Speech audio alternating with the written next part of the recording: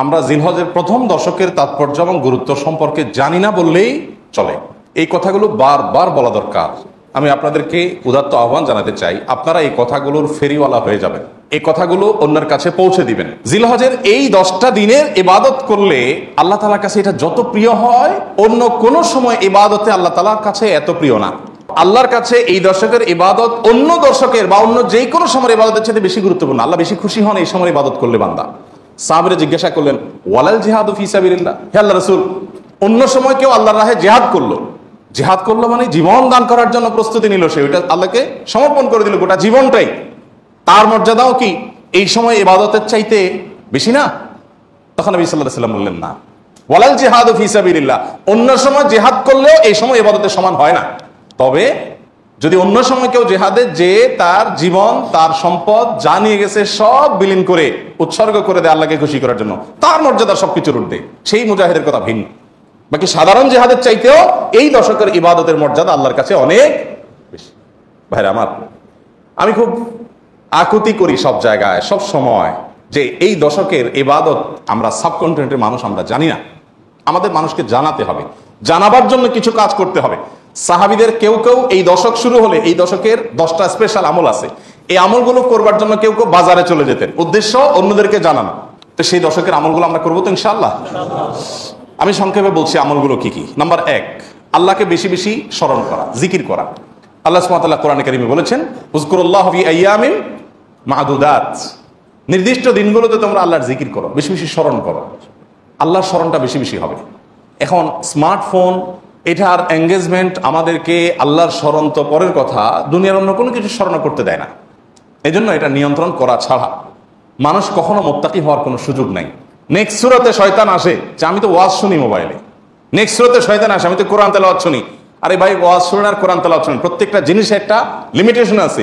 ফরজ নামাজ চলে যাচ্ছে, আপনি মোবাইলে কোরআন তেলাওয়াত শুনতেছেন, সওয়াব হবে না গুনাহ হবে? আপনি ওয়াজ শোনার নাম দিয়া আজে বাজে জিনিসও দেখছেন, চান্সে এসে যাচ্ছে চোখের সামনে, ক্লিক করে দেখে ফেলছেন, তাহলে আপনার জন্য এই মোবাইল টিপাই জায়েজ নাই, কারণ আপনি নিয়ন্ত্রণ করতে পারেন না। ভাইরা আমার, এই দশকে আল্লাহর স্মরণ যেন হয়, সেজন্য অন্য সময়ের মতো বিশেষভাবে স্মার্টফোনের নিয়ন্ত্রণ খুব বেশি জরুরি, খুব বেশি জরুরি। আল্লাহ আমাদেরকে তৌফিক দান করুন। আল্লাহর স্মরণ কিভাবে করবেন? যত প্রকার জিকির আছে সেগুলো করবেন, কোরআন তেলাওয়াত, সকাল সন্ধ্যার জিকির, উঠতে বসতে জিকির, দোয়া, সেগুলো পড়বেন বেশি বেশি। আর স্পেশালি বিশেষভাবে একাকী বসে চিন্তা করবেন, আল্লাহ তাআলা আমাকে সৃষ্টি করেছেন, কত মানুষ আছে যা আমার মতো নেয়ামত পান নাই। আল্লাহ তাআলা আমাদেরকে কত নেয়ামত দিয়ে রেখেছেন। সেদিন এক ভদ্রলোকের একটা প্রশিক্ষণে অংশগ্রহণ করেছে, উনি প্রশিক্ষণ দিতে গিয়ে একটা কথা বললেন যে ভাই, আমাদের সাথে শিম্পাঞ্জির মিল 99.9 কত পার্সেন্ট যেন উনি বললেন, অর্থাৎ 100-র কাছাকাছি, সামান্য একটু বেশ কম হওয়ার কারণে ও শিম্পাঞ্জি হয়েছে, আমি মানুষ হয়েছি। আল্লাহ তাআলা সৃষ্টি করছেন যে সবকিছুতে প্রায় কাছাকাছি, একটু পার্থক্য, এই জন্য আমি মানুষ হয়েছি আর সো ওইটা হয়েছে। এই যে পার্থক্যটুকু, এই সামান্য পার্থক্যটুকু যদি একটু হেরফের হয়ে যায়, মানে 0.1% বা তারও অর্ধেকও যদি হেরফের হয়, তখন একটা মানুষ বিকলাঙ্গ হয়ে, প্রতিবন্ধী হয়ে জন্ম নেয়। সবই ঠিক আছে, শুধু ওইটুকু একটু বেশ কম। আল্লাহ তাআলা কত পারফেকশন এনেছেন আমার মধ্যে, কত পারফেক্ট আমাকে বানিয়েছেন। আল্লাহর নেয়ামত নিয়ে চিন্তা ভাবনা করে, এটা আল্লাহর স্মরণের অংশ। সেদিন এক ডক্টরের কাছে গেলাম, প্রফেসর, সিনিয়র মানুষ, তিনি দীর্ঘ সময় আমাকে বোঝাতে লাগলেন বিভিন্ন বিষয়, আল্লাহ কিভাবে আমাদেরকে সৃষ্টি করেছেন। আমি তো সায়েন্সের ছাত্র না, মুগ্ধ হয়ে গেলাম শুনে, সুবহানাল্লাহ, কিভাবে সম্ভব? আমরা যে খাবার গ্রহণ করি সেগুলো কতগুলো ধাপে মল হয়ে, মূত্র হয়ে আমাদের শরীর থেকে বের হয়, তার আগের ধাপগুলো কি, কিভাবে এগুলো আল্লাহ রাব্বুল আলামিন এইভাবে সেট করলেন। এটা এইভাবে কাকতালীয়ভাবে হতে পারে না কোনো পরিকল্পনা ছাড়া। মলদার সম্পর্কে বললেন যে মলদার নিচে, এখানে আল্লাহ পিঠে দিয়ে দিতেন, বুকে দিয়ে দিতেন, তাহলে আপনি কিভাবে আপনার শরীরের আবর্জনাগুলো বের করতেন? কত কঠিন হতো। পারফেক্ট জায়গা আল্লাহ সেট করেছেন। আবার সেটাকে এমনভাবে আল্লাহ তাআলা তৈরি করেছেন যে মলমূত্র এমনিতে বের হয়ে যায় না, ওটা বন্ধ থাকে। আবার যাতে বের হওয়া সহজ হয় তার জন্য পানি যতটুকু প্রয়োজন মলের সাথে ততটুকু দেওয়া হয়, আঠালো পদার্থ তৈরি হওয়ার ব্যবস্থা করা হয়, না হলে এটা ছিঁড়ে যাবে, ফেটে যাবে। মানে কত কিছু যে আছে। প্রায় 2.5 ঘন্টা, আমি একটা রোগী, আমাকে উনি 2.5 ঘন্টা সময় দিলেন। অবশ্য রাতে অন্য রোগী ছিল না, কেউ, সব শেষ রোগী ছিলাম আমি। 2.5 ঘন্টা উনি আমাকে বোঝালেন এবং আমি মুগ্ধ হয়ে গেলাম, সব ভুলে গেছি আমি কাজ কাম বাদ দিয়ে। সুবহানাল্লাহ। বললেন যে ভাই, আল্লাহ তাআলা কি নিয়ামত আপনার ভিতর দিয়ে রাখছে, আপনি এটা বুঝেন তা আপনার কপাল সিজদায় অবনত এমনিতেই হয়ে যাবে। তো আল্লাহর স্মরণের অংশ হিসাবে এগুলো, যে আল্লাহর কুদরত নিয়ে চিন্তা করা। আর সব বাদ দেন, আল্লাহ আমাকে হাত পা সুস্থ রেখেছেন, কত মানুষ অসুস্থ। সাধারণ নেক আমলগুলো বেশি বেশি করবেন। সাধারণ নেক আমল যেমন কোরআন তেলাওয়াত করা, দান সাদাকা করা, নফল রোজা রাখা, তাসবিহ তিলাওয়াত করা, ভালো কথা বলা, সৎ কাজের আদেশ দেওয়া, অসৎ কাজ থেকে বাধা প্রদান করা, এই রুটিন ভালো কাজগুলো, নরমাল ভালো কাজগুলো পরিমাণে বেশি বেশি বেশি বেশি করতে থাকে। 3 নম্বর আমল হলো গুনাহের কাজ এই 10 দিন অন্তত অন্য সময়ের চাইতে একটু হলেও কমাবার চেষ্টা করবেন, গুনাহের লাগামটা ধরার চেষ্টা করবেন। কারণ এই দশক মর্যাদার দশক, এই দশক আমলের দশক। অতএব এই টাইমে গুনাহ করলে অন্য টাইমে গুনাহের চাইতে বেশি ভয়াবহ হবে, এটা কমাবেন। 4 নম্বর আমল হলো যাদের হজের সামর্থ্য আছে তারা হজ করবেন। 5 নম্বর আমল হলো যাদের কোরবানি করার সামর্থ্য আছে তারা কোরবানি করবেন। 6 নম্বর আমল হলো যারা কোরবানি করার নিয়ত করেছেন জিলহজের চাঁদ ওঠার আগে আগে চুল, নখ, গোপ, অবাঞ্ছিত লোম ইত্যাদি কেটে ফ্রেশ হয়ে এই 10 দিন আর সেগুলো কাটবেন না। এটা করবেন হলো কোরবানির পরে। তাহলে জিলহজের চাঁদ ওঠার সম্ভাবনা সোমবার সন্ধ্যায়, সোমবার দিনের বেলার মধ্যে এগুলো সব ফ্রেশ করে আপনি অপেক্ষা করবেন কিসের জন্য? কোরবানির জন্য। এই 10 দিন পর্যন্ত আর নখ কাটবেন না, চুল, গোপ কোনো কিছু কাটবেন না। এটা কোরবানি যিনি করবেন তিনি করবেন। যদিও কোনো কোনো বর্ণনার আলোকে বোঝা যায় যারা কোরবানি করবেন না তারাও যদি এটা করেন তাদেরকে আল্লাহ তাআলা আজর দান করবেন। 7 নম্বর আমল হলো তাকবীর, তাহমিদ, তাহলিল বেশি বেশি পড়া। ফাকসিরু ফিহিন্না মিনাত তাকবীরি ওয়াত তাহমিদি ওয়াত তাহলিল। নবী সাল্লাল্লাহু আলাইহি ওয়াসাল্লাম বলেছেন এই দশক যখন শুরু হবে তখন তোমরা বেশি বেশি তাকবীর বলবে, মানে আল্লাহু আকবার বলবে, বেশি বেশি তাহলিল বলবে, বেশি বেশি তাহমিদ বলবে, লা ইলাহা ইল্লাল্লাহ বলবে, আলহামদুলিল্লাহ বলবে। এই জন্য এই 10 দিন পুরো সময় জুড়ে এটা করবেন।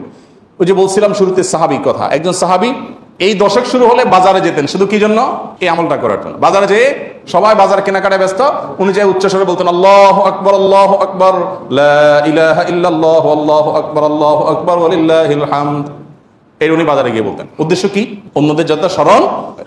এখন আপনি ভূমিপল্লীতে কয়েকটা দোকান আছে অথবা চিটাগাং বাজার আছে, আপনি বাজারে যায়া সবাই কেনাকাটা খুব সিরিয়াস মুডে আছে, আপনি যাই যদি সেখানে জোরে জোরে বলেন আল্লাহু আকবার, আল্লাহু আকবার, লা ইলাহা ইল্লাল্লাহু, আল্লাহু আকবার, আল্লাহু আকবার, ওয়ালিল্লাহিল হামদ, কি হবে দৃশ্যটা বলেন তো? এটা আপনি যদি বলেন সবার মধ্যে, অনেক লোক বাজারে, মাঝ বাজারে জমজমাট, আপনি যাই জোরে জোরে এটা বললেন, কি করবে সবাই? সবাই তাকায় বলবে ব্যাপার কি, সমস্যা আছে নি, কোনো অসুস্থতা আছে কিনা বেচারা, এটা না বলবে ওই যে সবাই যে অসুস্থ, সবার যে ইমানের রোগ, তাকওয়ার রোগ, এই জন্য সুস্থ মানুষকে কি মনে হয়? অসুস্থ মনে হয়। কারণ এটা তো দেখতে অভ্যস্ত না সে। আমি এই জন্য বলি ভাই, এই সুন্নতটা ওই সাহাবীর সুন্নতটা জিন্দার নিয়তে একটু দোকানে যায়, যা সবাই চা খাচ্ছে একটু একটু চিৎকার করে বলা দরকার, একটু জোরে বলেন যাতে তারা শুনে। যদি দেখেন যে তারা অন্যভাবে তাকাচ্ছে, বুঝতেছে না, পিঠে হাত দিয়ে সুন্দর করে একটা মুচকি হাসি দিয়ে বলেন ভাই এই দর্শকে বেশি বেশি তাকবীর পড়তে হয় তো এই জন্য আমি একটু জোরে বললাম যাতে আপনার স্মরণ হয়। দেখবেন সেখান থেকে অনেকের বিবেক খুলে গেছে, উনি পড়বে ইনশাআল্লাহ। চেষ্টা করা যাবে তো ইনশাআল্লাহ। তাহলে তাকবীর, তাহমিদ, তাহলিল জোরে পড়বেন। আমি প্রতি বছর আপনাদেরকে এই কথা শুনাই, এবছরও বলি। সেটা হলো মিডল ইস্টের বিভিন্ন দেশে দেখা যায়, বিশেষ করে সৌদি আরবে, সামাজিক সৌন্দর্য। বিভিন্ন গলিতে যখন ঢুকবেন জিলহজের এই 10 দিন আপনি দেখবেন তাদের গেটের ওখানে ছোট্ট একটা ওই যে ব্লুটুথ ডিভাইস লাগানো আছে, এখানে সারাক্ষণ তাকবীর সুমধুর কণ্ঠে চলছে, আল্লাহু আকবার, আল্লাহু আকবার, লা ইলাহা ইল্লাল্লাহু, আল্লাহু আকবার, আল্লাহু আকবার, লিল্লাহিল হামদ। অথবা অন্য তাকবীর চলছে, আল্লাহু আকবার কাবীরা ওয়ালহামদুলিল্লাহি কাসীরা ওয়া সুবহানাল্লাহি ওয়া বিহামদিহি বুকরাতান ওয়া আসীলা। সব জায়গায়, দোকানে যাবেন, মার্কেটে যাবেন, এখন আস্তে আস্তে সৌদি আরব থেকে এগুলো হারিয়ে যাচ্ছে, দুঃখজনক, কিন্তু ছিল এগুলো। এবং এখন অনেক জায়গা আছে যে দোকানদার ওই মৃদু কণ্ঠে এটা চালায় রাখছে। আর আমাদের ঈদুল আজহা আসছে, এখন জাগানাকা গানে ছোটে আপনি হাঁটতে পারবেন না কোথাও। গরুর বাজার, ছাগলের হাট, গান চলে। এখানে আমি যখন ভূমিপল্লী ছিলাম, এইখানে যে বাজার হয়, আমি যাই থামাইছি 2 দিন, যাই সেখানে কমিটির লোকদেরকে ধরলাম, ভাই ঈদুল আজহা একটা ধর্মীয় দিবস, কাজটা ধর্মীয়, আর সেখানে আপনি জাগানাকা গান লাগায়া গরু বেচতেছেন, ছাগল বেচতেছেন। আল্লাহ তো বিবেক দিছে অন্তত, এখানে অন্য কিছু লাগান, এটা কি রে ভাই?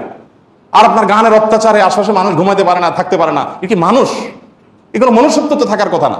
2 বার আমি গেছি শরীরে, এবং যা তাদেরকে অনুরোধ করে হাতে পায়ে ধরে বুঝায় থামাইছি। সারা বাংলাদেশে এই চিত্র, আপনি কয় জায়গায় যাবেন যে জাগানাকা গান চলছে, চলার কথা তাকবীর, তাহমিদ, তাহলিল। তো আমরা চেষ্টা করবো তো ইনশাআল্লাহ তাকবীর, তাহমিদ, তাহলিল করার, বাচ্চাদেরকে শিখিয়ে দিব। আর আরাফাতের দিন সকাল থেকে, জিলহজের 9 তারিখ ফজর থেকে নিয়ে 13 তারিখ আসর পর্যন্ত প্রত্যেক নামাজের পরে একবার করে তাকবীর তাশরিকটা বিশেষভাবে পড়তে হবে, নারী পুরুষ সবাই। আর 9 নম্বর আমল হলো আরাফাত দিনে রোজা রাখবেন। আরাফাত দিনে রোজা রাখলে কি লাভ হবে? 1 বছর আগের আর 1 বছর পরের অগ্রিম, পরের বছর যদি বাঁচেন সেটারও ছোটখাটো গুনাহগুলো আল্লাহ তাআলা মাফ করে দিবেন। আর 10 নম্বর আমল হলো ঈদুল আজহার সকল সুন্নাতগুলো আদায় করবেন। চেষ্টা করবো তো আমরা ইনশাআল্লাহ। আল্লাহ আমাদের সবাইকে আমলের তৌফিক দান করুন।